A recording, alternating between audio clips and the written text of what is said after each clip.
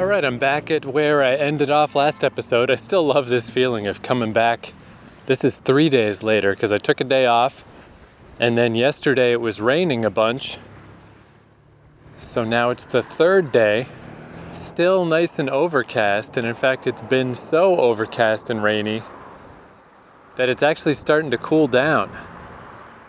I think it's only 23 degrees today, that's insane. That's so temperate, that's so nice. Feels nuts. Yeah, the water is higher now. But yeah, very nice. But man, this the journeying to get here is starting to get totally crazy. So I woke up a little before noon today, which for me, that's not so bad. And I guess I lollygagged a little at most stages of the day, but nothing severe. Like, I got up, I took a shower, I downloaded some podcasts.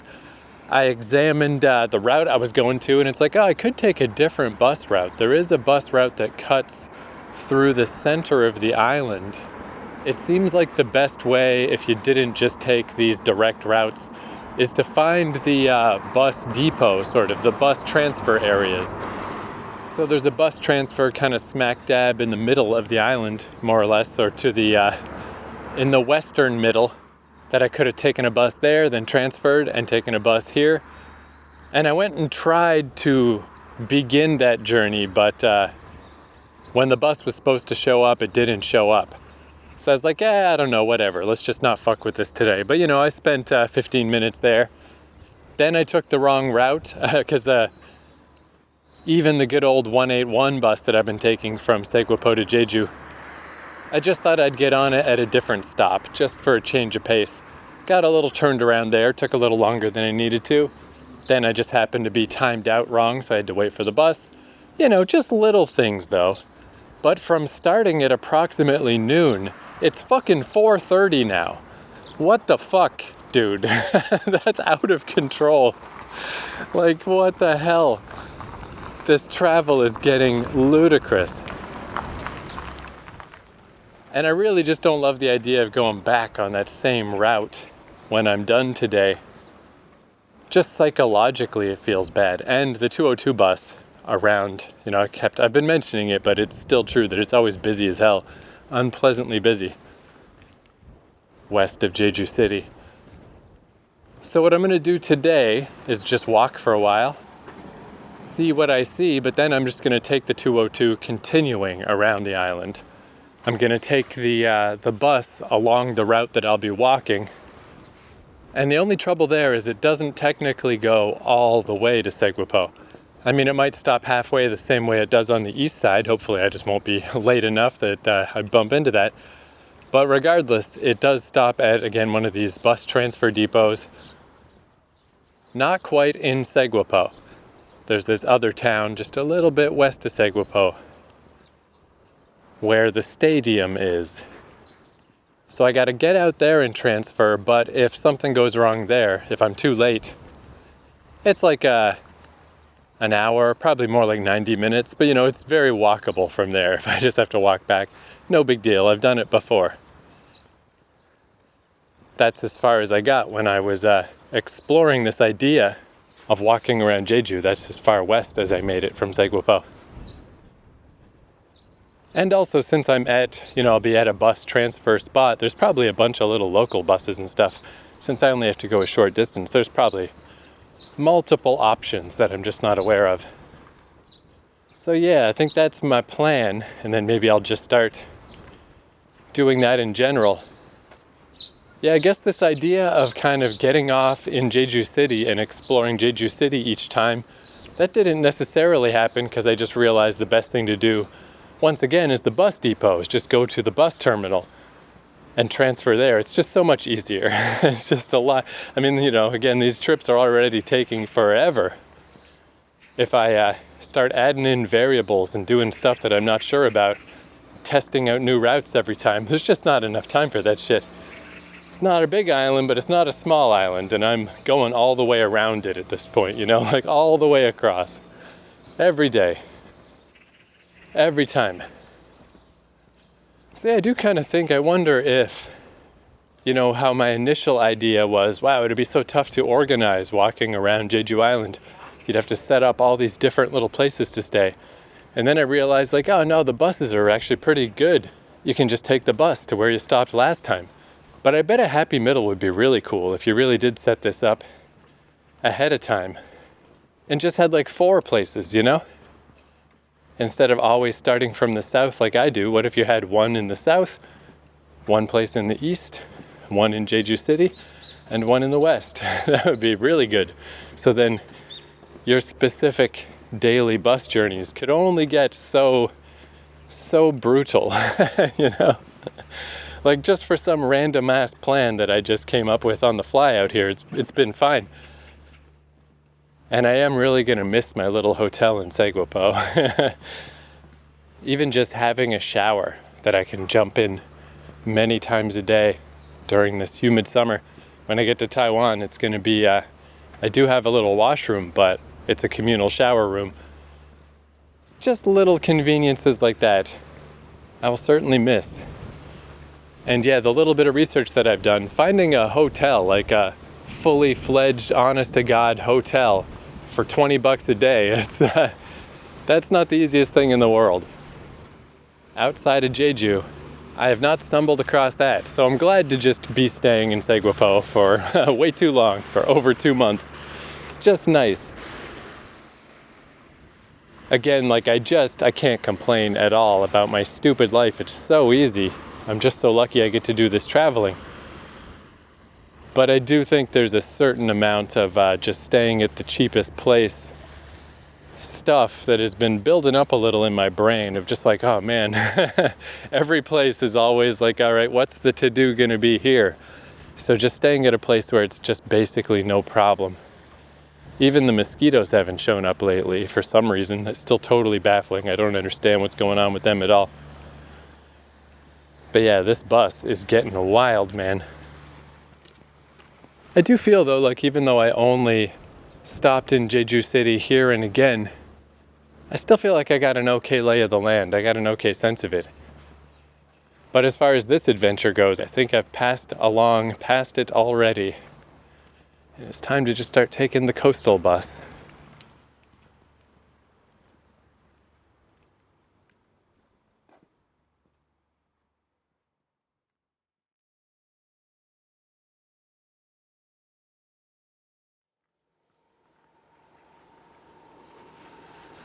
Oh man, this is nice. So I got off the bus just before Hyeopjae Beach, Hyeopjae Beach. That's where I stopped last time because I was like, hey, that's a good place to start. Right by a beach. And the beach was pretty nice, but if you're not going to the beach to hang out, they do pass by real quick since I'm just circling around, crossing across a beach doesn't last that long. Still nice though. But then it was just kind of second verse, same as the first. Same thing that's been happening the whole time on the northwest corner of Jeju. Just kind of walking along streets and roads. And I was starting to get a little concerned, like, I hope the whole west side isn't like this, I'm like gearing up my recommendation to say like, hey, if you ever want to try this, if you ever want to do this, but you don't have all the time in the world, just do the east side. The east side is way better. But now that I've gotten a little beyond the beach, I'm back to a nice, big, open coastal area. There's a bunch of windmills. It's just beautiful as fuck. And I'm just like, oh God, that feels good. It really has been a while. And of course, the terrain keeps changing the whole time. I'm sure there's gonna be more road type stuff coming. But maybe I'm out of the woods in general, because I think maybe it's not east versus west. It's probably more a north versus south thing.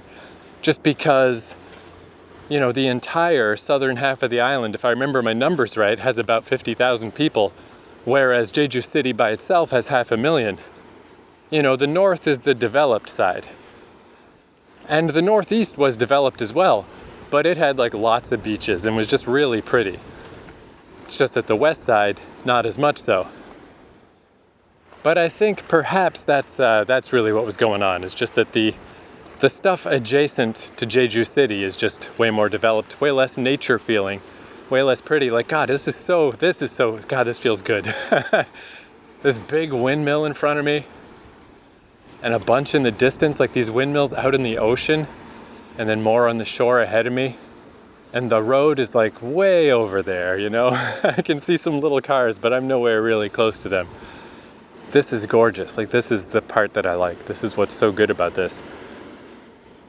Something about the windmills too. Maybe it's because I'm from Eastern Canada. I mean, it's not that we have a ton of windmills. I kind of think of PEI more, you know, Prince Edward Island, like Anne of Green Gables land. But it just keeps reminding me of that. It's just such an interesting feeling. The coastal stuff, I guess. I have a lot of relatives that live on Campobello Island and St. Andrews, New Brunswick, both right by the ocean. So I guess I've just spent a lot of time on coasts. So it just feels like that, except I'm also in Asia, and it's so cool, you know? It's not dreamlike in the same way that, like, I still think the high watermark for that were those mountains in Seoul, Bukhansan, all of that stuff with the snowy mountaintops with the wild dogs and the temples. Like, that shit felt like an actual dream. Signs warning you about getting hit by lightning, you know, the little stick man being struck by lightning, which is a sign I've never seen before or since. It's not that kind of dream. This is like, I don't know, this one, it still feels unreal, but it also feels real. Like, it feels like something I'm really familiar with and something I've seen a lot of times, but it's just got a twist on it. Yeah, I love the coast, man. I love these coastal parts. Oh man, it really does feel good, because yeah, that was many days that the old coastline of Jeju was just not necessarily appropriate for walking. Though relatively speaking is still a pretty small, you know, less than a quarter, that's for sure. Like a sixth? Yeah, probably about a sixth of the island. Was not my favorite. But even that had beaches and stuff that were also awesome. But yeah, this is the shit. Because it does too. I mean, I guess, like, you know, I generally wake up not feeling at my tip-top best because I'm such a bad sleeper. But then to immediately start off with all of that travel, instead of just leaving the house and going and doing an adventure, it's like, ooh, gotta go wait for the bus and then sit on the bus and then transfer to another bus for the entire afternoon.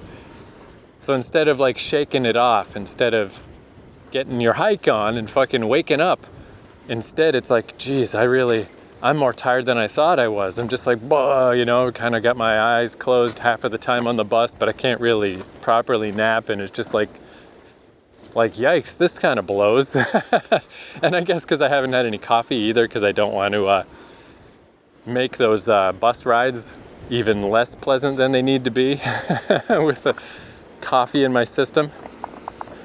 But yeah, I got to the other side, got some little snacks to nosh on, but still the buy two get one free coffees. I got little teeny ones this time, these little bottles. So even though it's 3 bottles, it probably adds up to like 1.5 coffees. But I drank those. I got a couple of plum popsicles, and everything is suddenly fucking gorgeous.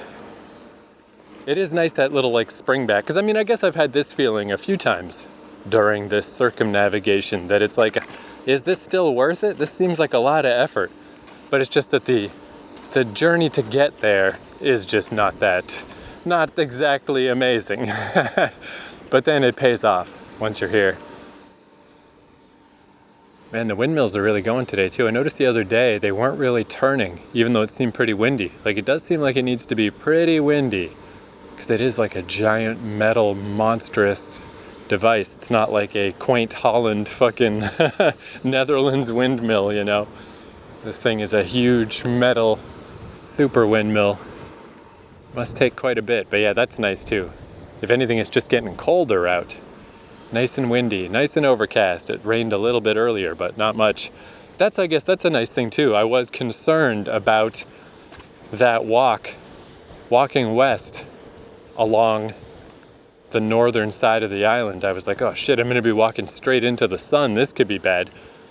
But it was overcast like a lot of that journey, like half of it at least. Good timing weather. If you're gonna get the sun out of my way, that's the time to do it.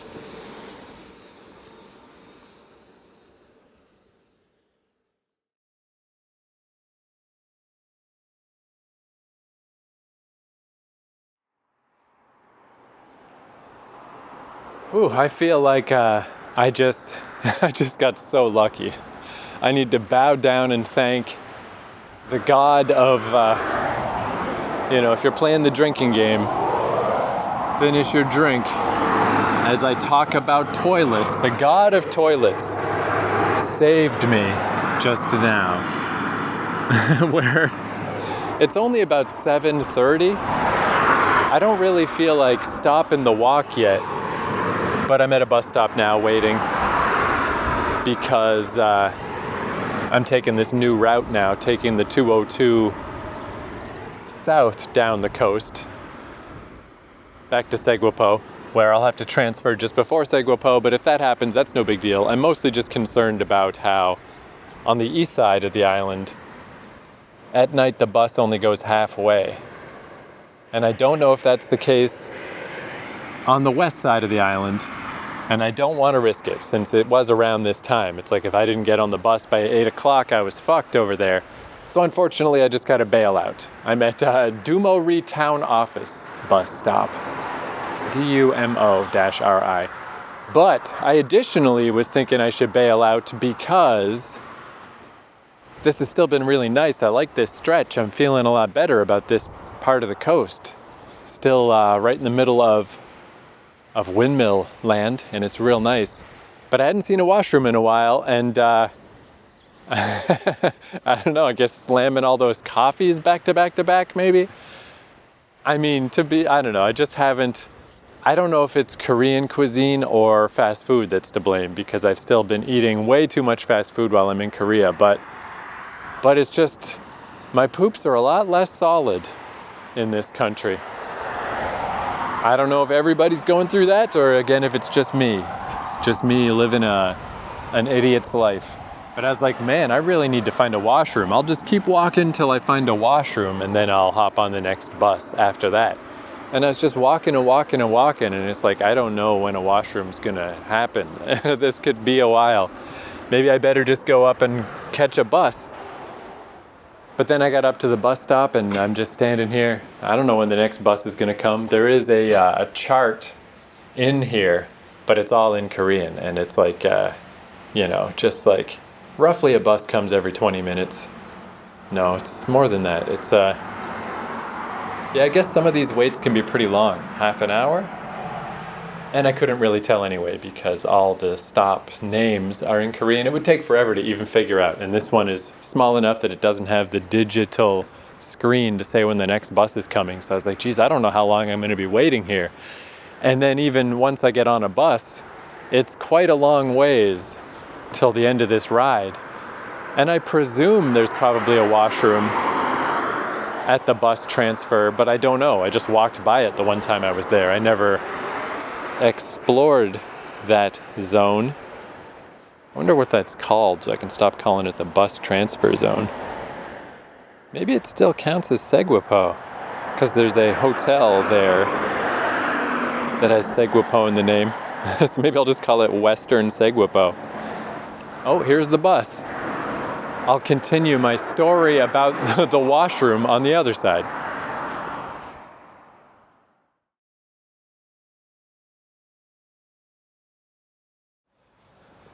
All right, back in Seogwipo. Man, it always feels good at night to come back to Seogwipo. It just feels good to walk through this neighborhood. It's like past 9:30 now. It was a solid 2 hours on the bus, but I mean, I guess that's not that bad. And that actually went pretty well. The cool thing now is even though it's still a long ride, if I start going on that 202 bus around the curve of the island where I haven't walked yet, this will be for the first time where the bus rides will start to get shorter as opposed to longer. But yeah, when I was saying just how I like how chill it is in Seogwipo, and that bus also nice and chill, not that many people on it. It's like, yeah, this feels right. This feels better. This is back to how it's been the whole time. And we did reach a point where the bus just stopped and took a distinct break, where the bus driver got off and went off to go do something or other, probably take a pee.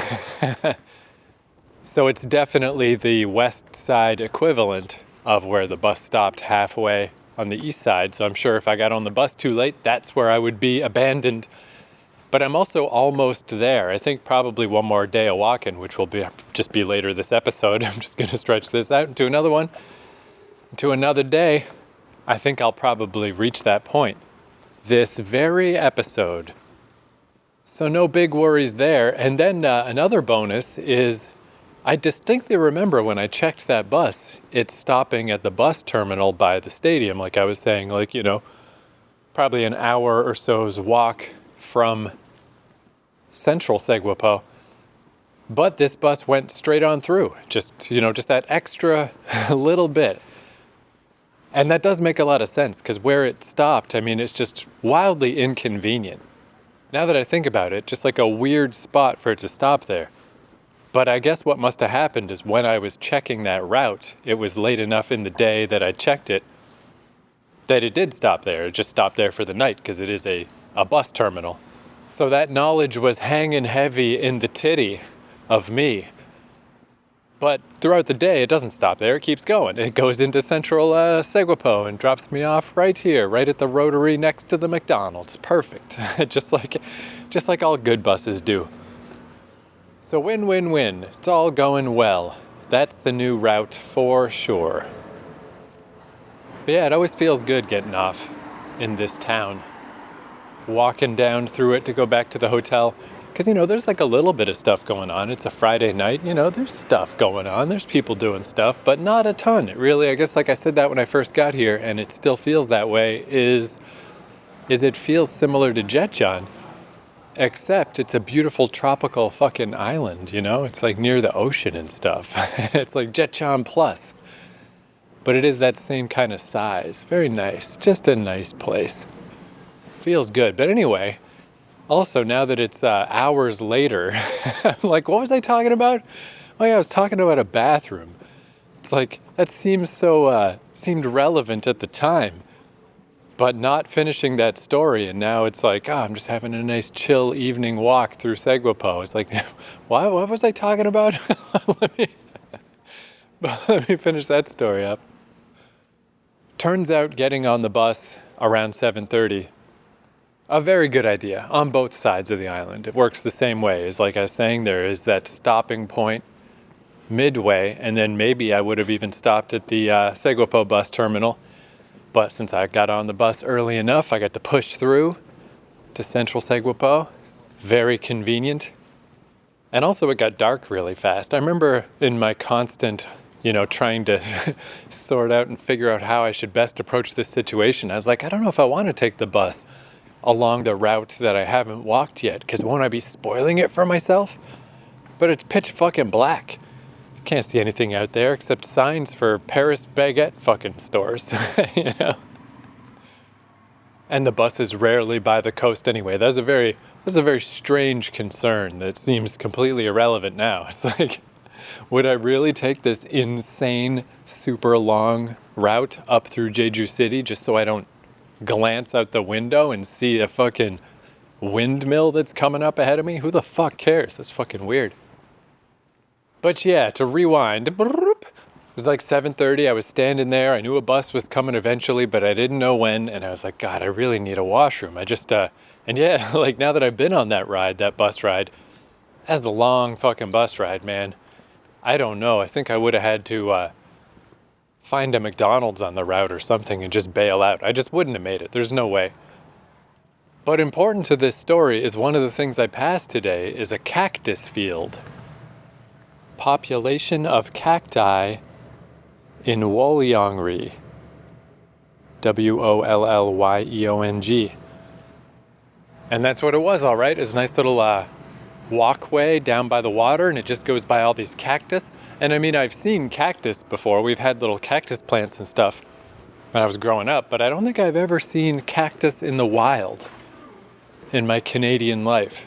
I've seen cactus in Wild West movies and old Roadrunner cartoons and shit.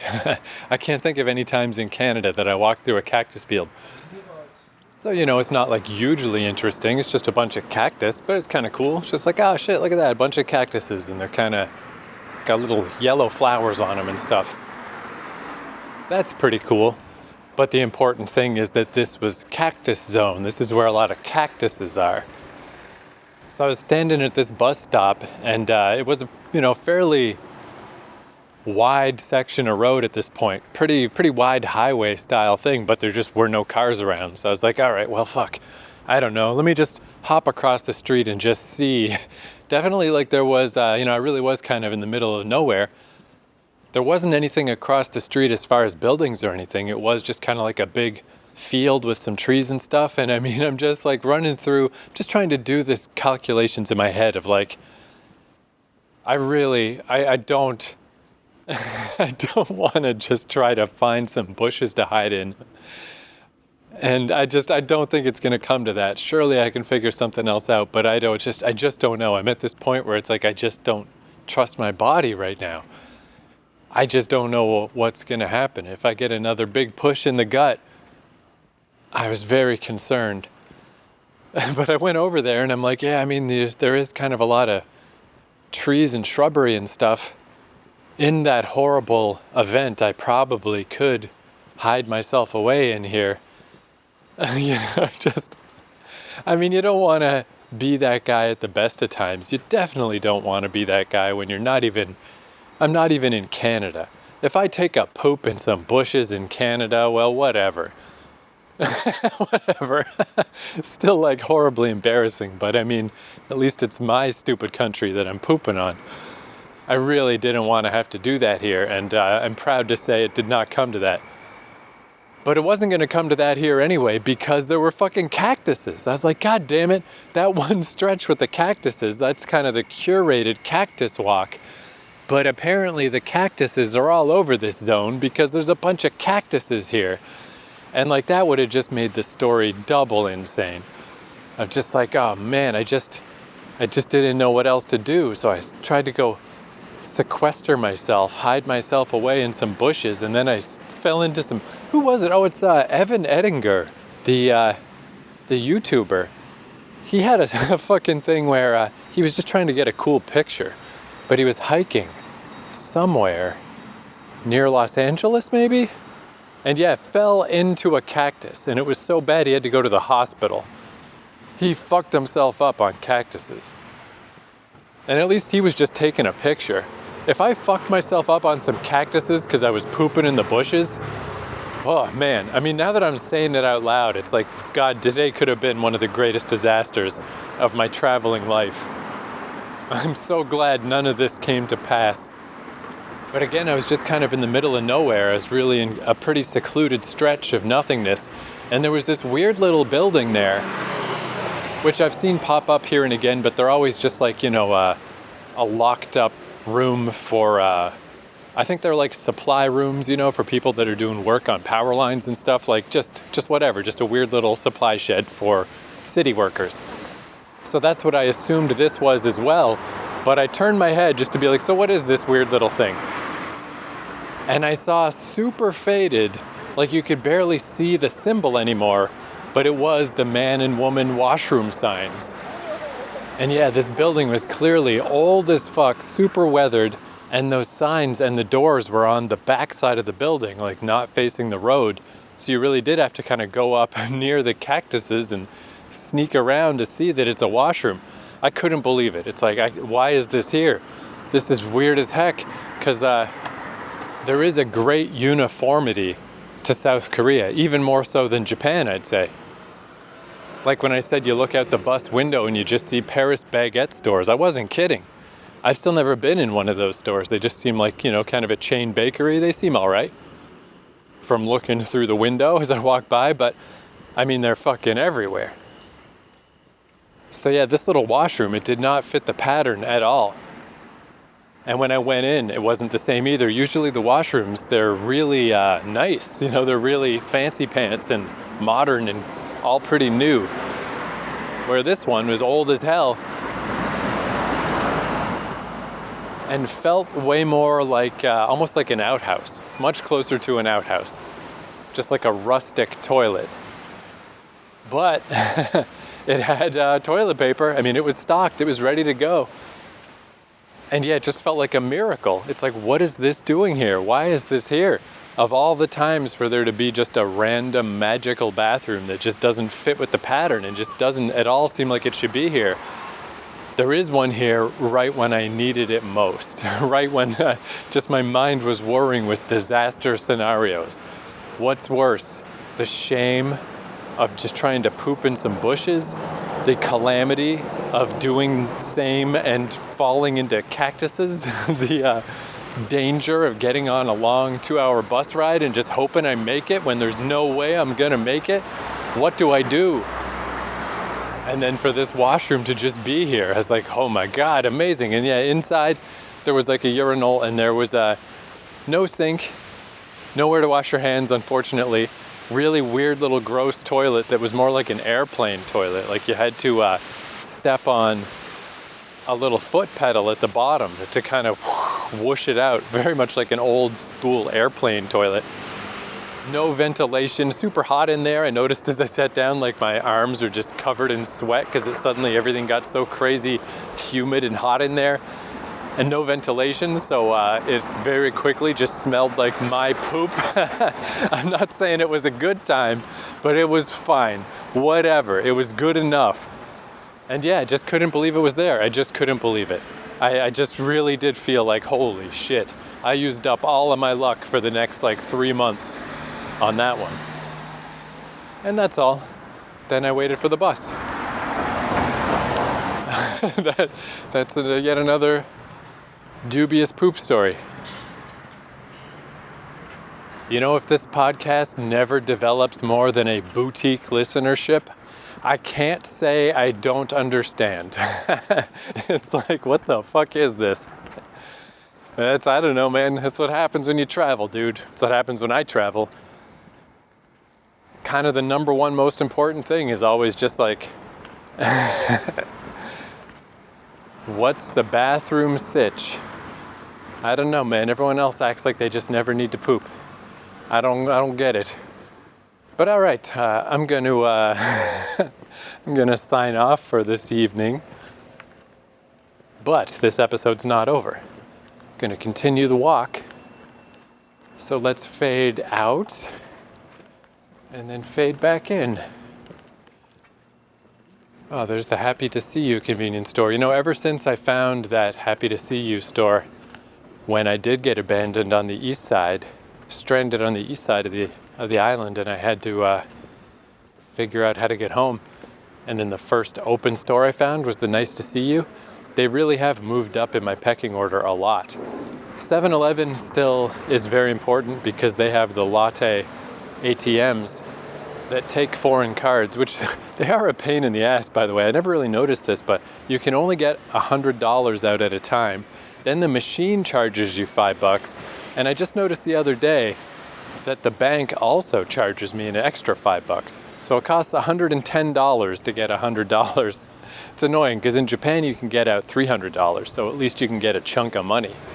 The first ATM I found in Seoul, near the airport, allowed you to get out $300. Since then it's only been $100 and many charges. Somewhat annoying, but anyway, gotta get money somewhere. So 7-Eleven is very important for that because the Happy to See You stores only take domestic cards. However, just for generalized stuff, like I just gotta jump in there and grab some snacks just because I got nothing at the hotel, just in case I need a little something to nosh on in the middle of the night. They've gone way up for me. I'm a loyal man. I remember when I get rescued in the middle of the night. I remember and I appreciate. So I'm gonna go into Nice to See You and buy some shit. I'll see you in a couple days.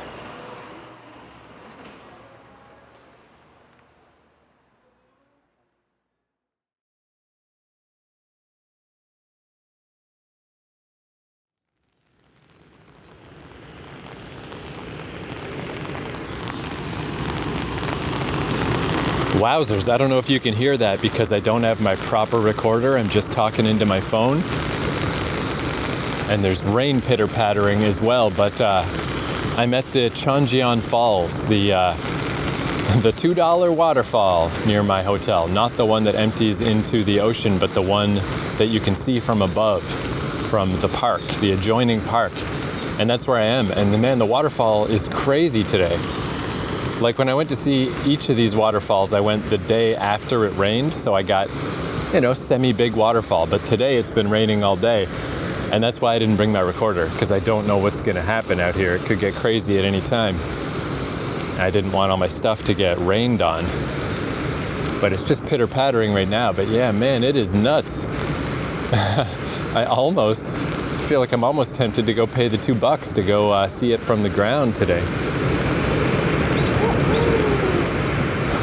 I don't know if you can hear that, but there's some people that just stopped by. One of them just went, woohoo! Yippee! Waterfall and Pepsi Cola! But yeah, the only downside is the water is not clear. The water is kind of got a weird brownish tint to it, I guess, because it's rushing down so much. It must be picking up a lot of stuff from the bank. A lot of, what's that stuff? Soil, dirt, the earth. But yeah, today's just a nice feeling day. Just going for a little stroll to grab something to eat. And I stopped at one of the little, the 50-cent machines, 50-cent coffees. And I got a 50-cent coffee, but I also got, I'm not sure which one this was, because none of the signs on this machine were in English. But there's always, there's like Korean tea. And I think I've seen it labeled as Job's Tears before. But also like a ginger tea. I'm not really sure which is which, but this was not the ginger one. This was a little tea that I'm not quite sure what the taste is, just kind of generically sort of sweet tea. But the smell is like overcooked popcorn, which is not a bad smell, but it really smells like popcorn. And it's just one of those little things that I know I'm gonna think back to, because it's just weird. I mean, you can get the smell of slightly burned popcorn, I guess, but you can't get it in a nice tasty drink. It's going to be one of those little things that when I'm not in Korea anymore, I'm going to be like, man, what a weird little thing. Or when I come back and have one of those, it's going to be like, oh, I remember that. And I guess I was just thinking today, I mean, I think I did the right thing staying in Jeju, because I'll probably make it all the way around the island with time to spare. I've still got like 25 days, but this way I can take it kind of calm, take days off in between, don't have to worry about it too much. If I had not stayed in Jeju long enough, like what if I got almost to the end and I just didn't quite make it? I think that wouldn't be worth it to go back to Busan. I'd rather not take the risk of messing up the circumnavigation plan. But I had to make a choice so, I could set up flights and Airbnbs on the other side. Got to set things up a little in advance. But I really am thinking today, like, man, I do wish I could go back to Busan for just a little bit. Just go back to the Adia coffee by the beach that I liked so much, that whole coastline. And then even Seoul, it's like, yeah, in hindsight, I had a very tough time getting used to Seoul. But those mountains, I really did love those mountains, man. Like, I'll definitely go back to Seoul someday just for that plan, just to escape from the city and go straight to those mountains, because it's a huge national park, Bukhansan. There's so much stuff I didn't do there. Even if that's, the only reason I go back, really. It's a good fucking reason. So yeah, I guess that's all. I just wanted to say things have definitely turned around. I mentioned this in a recent episode, but I'm really feeling it now of like it was a slow burn with Korea. At first, I was a little shell-shocked by Seoul being so much more, just more of the big city in a bad way compared to how Tokyo is a big city in a good way.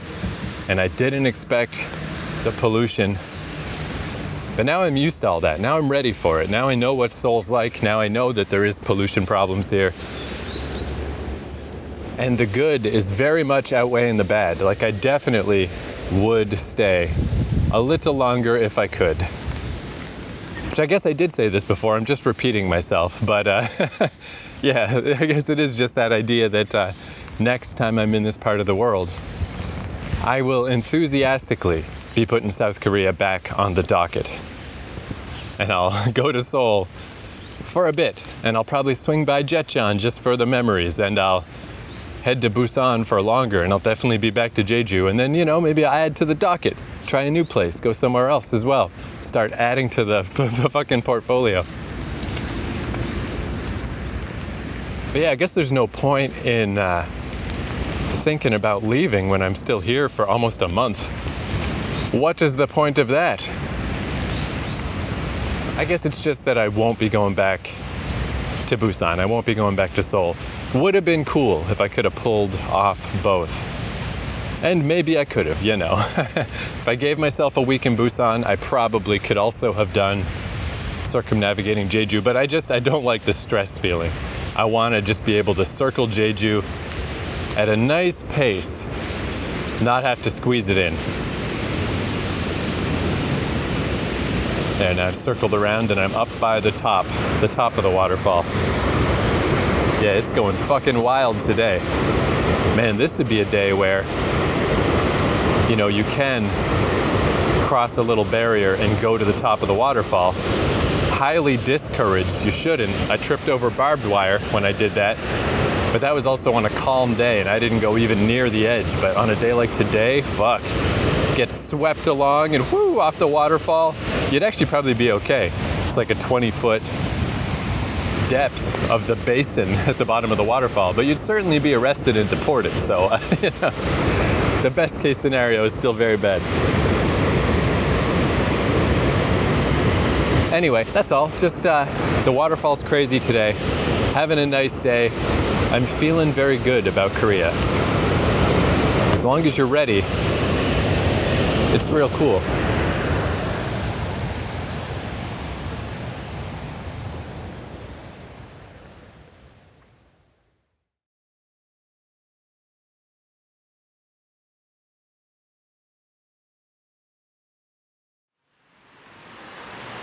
All right, it's the next day, very rainy. So I woke up and it was nice and overcast and I was like, delightful, look at that. No sun to be seen. What a great day this will be to go on a nice little stroll. But then by the time I left the house and started walking to the bus, it started raining. But then I thought like, maybe I'll just push through. You know, by the time I get to the other end of the bus 2 hours from now, maybe it'll stop raining. But this is an extreme level of sunlessness. This cloud cover is total. So that seems unlikely, but also tricky. How I was confused about the 202 bus, whether it stopped at this Seogwipo bus terminal an hour from my hotel, or if it went through, and then it turns out it did actually go farther into Seogwipo proper. But I was sure it stopped at the terminal. But now I'm thinking maybe that still could be the case, but maybe I got that in my head because I was looking at the journey in the other direction. Because in the other direction, that's definitely what happens. You can't catch the 202 at all. You gotta catch the tail end of the 201, which is the bus that goes on the eastern side of the island, and take it a little short ways to this bus terminal, then switch over to the 202. And I'm just reminded how, like, when I started this journey, how I didn't take the bus the first day, I just walked back, because it's like, I don't know how this works, I don't want to try to figure this out today. I hesitated to take buses in Cheonjiyeon for probably way too long. I never took a bus at all in Japan. I'm just reminded how, like, once you know how this stuff works, it's great. Hey, I'll just go take the bus somewhere. But the initial breaking ground, learning how this stuff works, it really is tough. It is just really hard to figure out how transit works until you figure it out. So like this bus terminal, it's just weirdly designed. It's not the same as the one in Jeju City, where you get to the bus terminal and then you can switch to another bus from there. Maybe you can do that in Seogwipo, but I honestly, I can't tell. it appears to just be a bunch of buses that just spit you out and you can't get back on. But I don't know for sure. But if you click on the little Google Maps icon in the bus terminal, it just says no departure scheduled for any bus ever. So it's like, I guess, do I have to get out and go across the street and catch the 202 from there? Like, probably not. That weird little extra, you know, it's probably set up in some way that you can just transfer over without having to go, you know, it's only a little journey across the street. But then when I got across the street, the closest bus stop, it's just not there. So I walked to the next one over, and it's like, okay, from here, I could probably, it seems like the 202 will stop here. But rather than wait and figure it out, this rain is really not stopping. So I was like, yeah, you know, this is just, you know, this is just not the day. This is where, like I was saying, how I'm kind of glad I gave myself as much time as possible here on Jeju Island, just for stuff like this, just to make sure that I'll be able to finish the circumnavigation without running out of time, because you just never know what's going to happen. This is definitely some kind of rainy season, which I'm not quite complaining, because I like when the sun F's the F off. But the rain part of the rainy season, that's, you know, that is tricky. This is definitely the kind of rain that is not going to stop anytime soon. So then I was like, yeah, well, you know, whatever. Still a little experiment, breaking ground a little bit, taking a few swings of the pickaxe, figuring this out just a little. So I'm like, yeah, well, whatever. Let's head on back home for today. But even this, now it's like, now how do I do that? Now I gotta get back on the 201 going the other way, you know?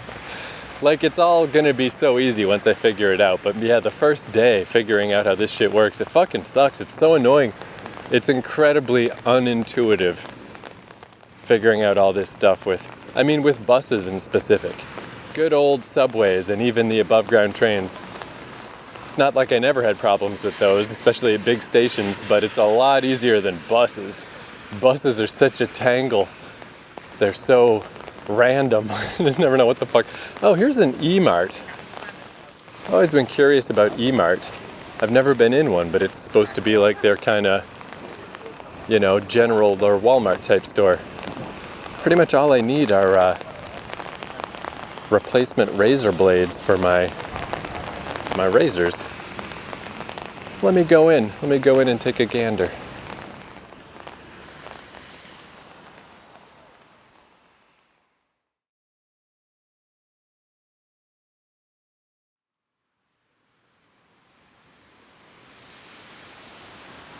Yeah, it's a pretty handy little store. The E-Mart, definitely as billed. It's basically just a Walmart. I did find some razors, and it's a shame. I mean, it's no different than back home, but 8 replacement razors is like $50. Like, oh, brutal.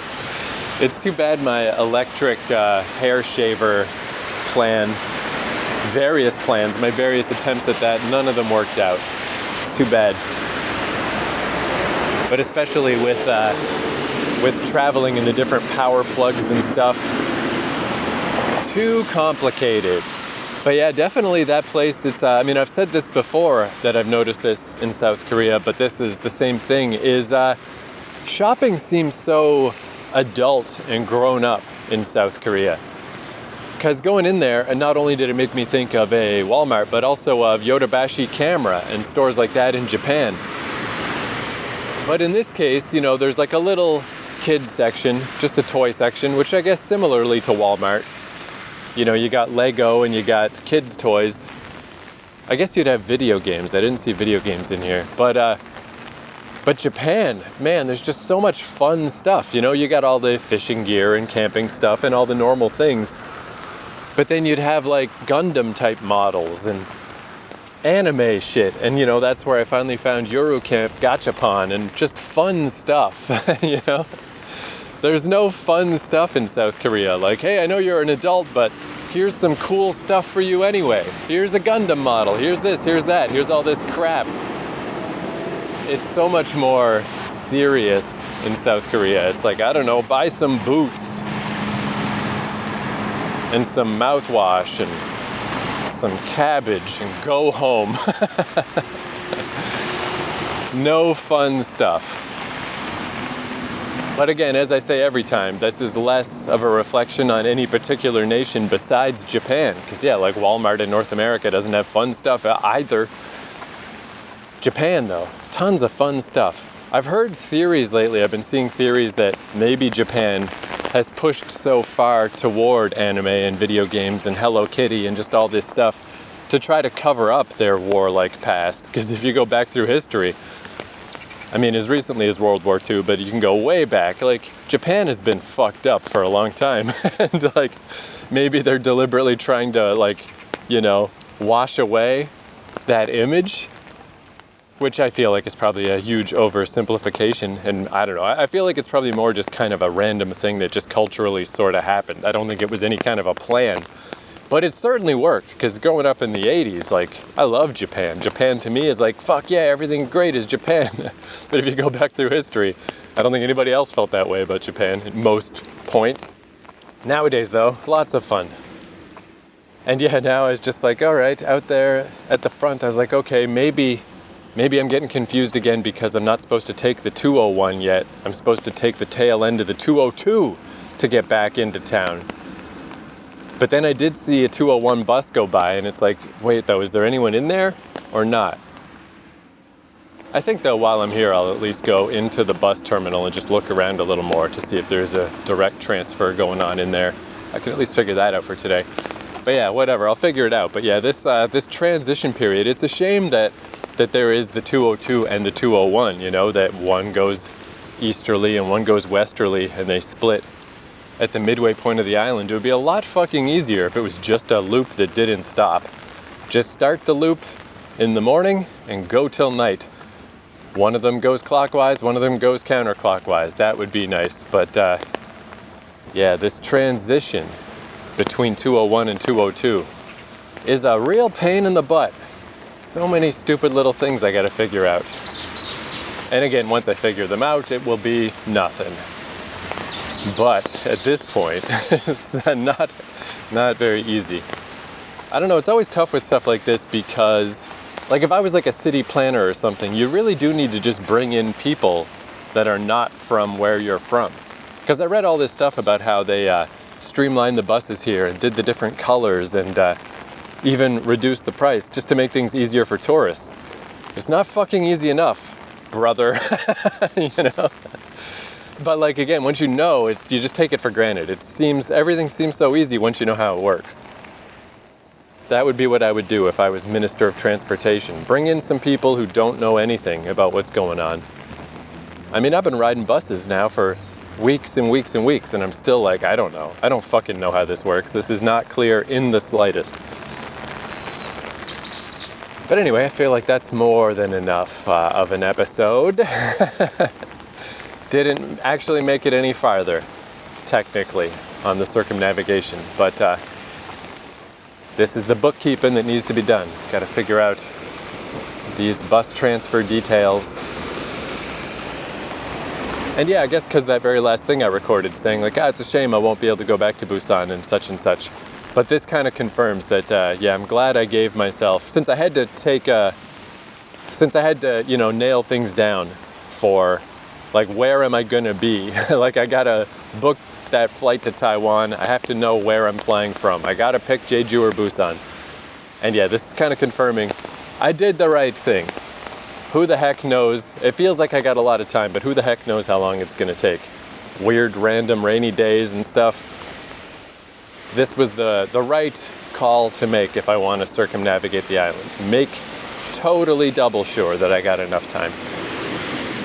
Oh, I guess one other just stupid little boring detail, but about the razors being kind of expensive. I do kind of have a method for that too, where I only really need like a new undull razor for shaving my face, specifically my neck.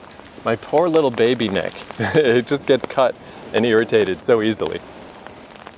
But I have two of the sticks, you know, the little stems that you just attach the Gillette razor to. So I just got a system where I use a new razor to shave my face for as long as I can till it's finally starting to nick at me and getting a little dull and starting to irritate my skin. And then I demote it. I put it on the other stick, and that's my shave my head stick. Because that one, who the heck cares? Big, smooth egg of a head, that does not need to be a pristine razor. That one can be dull and sucky, and it's fine. So at least that is, because I haven't had to buy razors this whole time. So yeah, with this method, they last a while, even though I'm using them way more than normal, because now I'm shaving my whole big dumb dome with them. My head does not need to be pampered. My head is easy to shave. Yeah, it's just my precious little face, my precious baby face. Man, I'm just at I'm just wandering around in the parking lot, the empty parking lot of the Jeju Stadium while I'm yammering. Man, yeah, only 22 degrees. Like, the overcastedness, it is nice. I'm not complaining, even though it's raining a lot today. That is so much better than 27, 28, 29.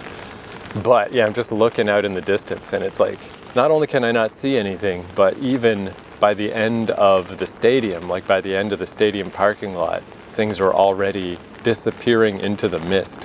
This rain is going nowhere. But it's kind of nice too. I don't know. I like humid rain. It feels good. It's like you're in a shower all the time. I mean, it also feels humid and uncomfortable. I guess it feels good in small doses like this. But yeah, if I was to go out and try to walk along the coast and my umbrella getting blown inside out, I mean, I did that one day and it was a disaster.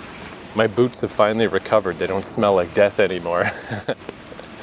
Yeah, this would be a bad plan. It's one thing to get caught in the rain, to deliberately travel into the rain in order to walk through the rain. I don't think I would have a lot of complaint equity at that point. That would be dumb. But anyway, hey, I did a new thing today too. Not only did I learn a little bit about buses, but I went to E-Mart. My Visa card did work. I don't know. I'm always concerned. What if it just randomly doesn't work? What if I'm at the dentist and it doesn't work and I gotta call the bank and get them to approve a charge? But anyway, I feel like I'm very obviously rambling at this point. Thank you once again for joining me on my continuing quote-unquote adventures.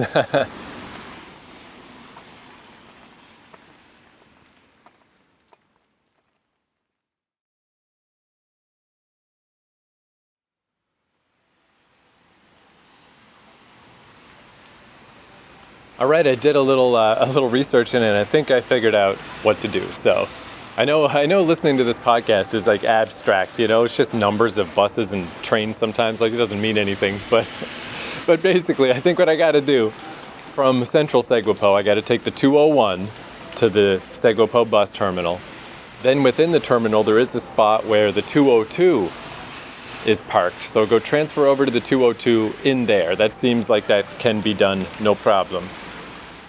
And that should take me on to the western side of the island. However, if I want to take the 202 back into Seogwipo, as I got to do right now, then there's a bus stop out front of the bus station. I guess it's actually, it does work this way at the Jeju City bus terminal as well.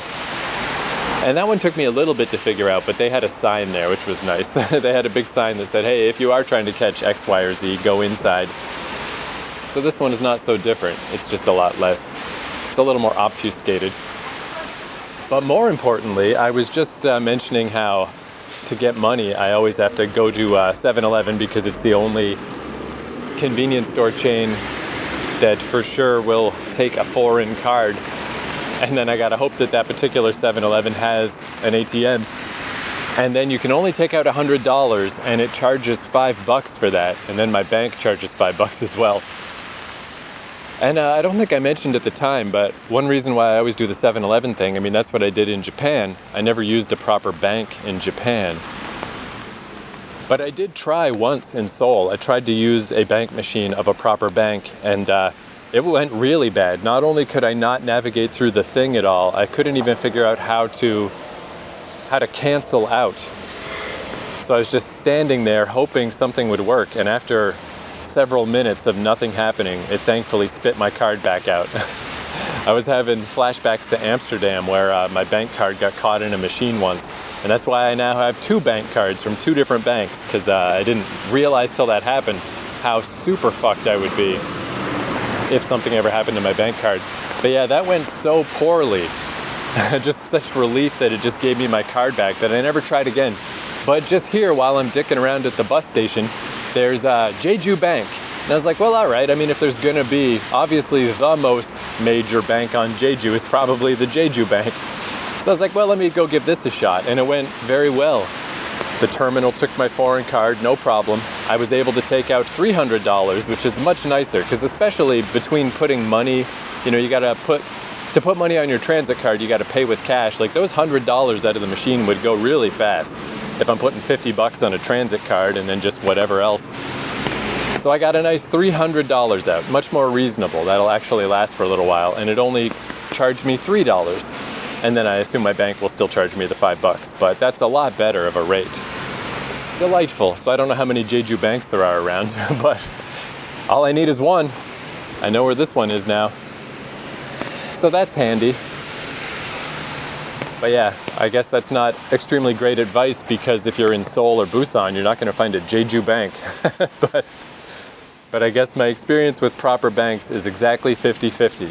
One time it really didn't work, to the point of terrifying me, and then the other time it worked fine. So if you get tired of only being able to take out $100 at once from a 7-Eleven, bank stuff can in fact work. How delightful.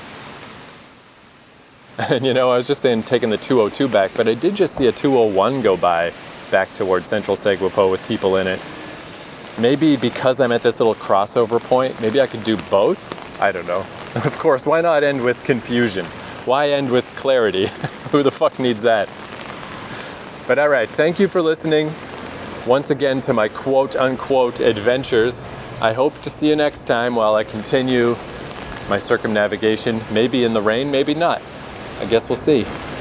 Till then, adios.